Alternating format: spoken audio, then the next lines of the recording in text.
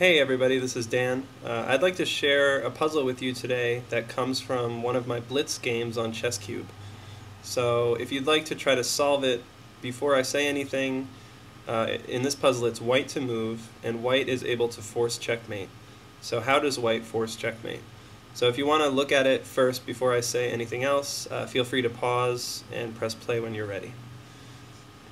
Okay, so basically what you need to imagine here is if black's king were on g8 rather than f8, then black would have a big problem. Black would have a really weak back rank. The pawns on f7, g7, and h7 would prevent the black king from moving up the chessboard, so white would be able to attack by checking on e8. So that's an ideal situation for white. So what you want to do as white in this initial position is force the black king onto that g8 square. So you do this by throwing in a preliminary check here. So the first move in this position to force checkmate is queen to e7 check. And you'll see that this move leaves black with only one reply, and that is to move the king back to g8. After which, like we said before, black's back rank is now really weak. Those three kingside pawns prevent the king from moving off of the 8th rank.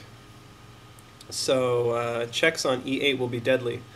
So what white does from here is check on e8 with the queen, and the only move here, since the king is without any moves, the only move here is to capture the queen with the rook.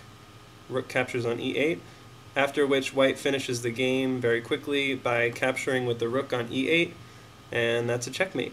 So this is definitely a pattern worth remembering, and this happened to me in a real blitz game that I played online, and I think it definitely is a pattern that occurs frequently in over the board and blitz and just all kinds of practical chess play.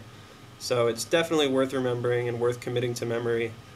The only really tricky part here is the first idea of playing this queen to e7 check in order to force black's king away from f8, because on f8 the king defends the e8 square. So by forcing the king to g8, now it weakens the back rank and allows queen check on e8, rook takes, rook checkmate. So anyway, I thought this was a nice little puzzle, and I think it's definitely one that will occur in real chess games that you'll play.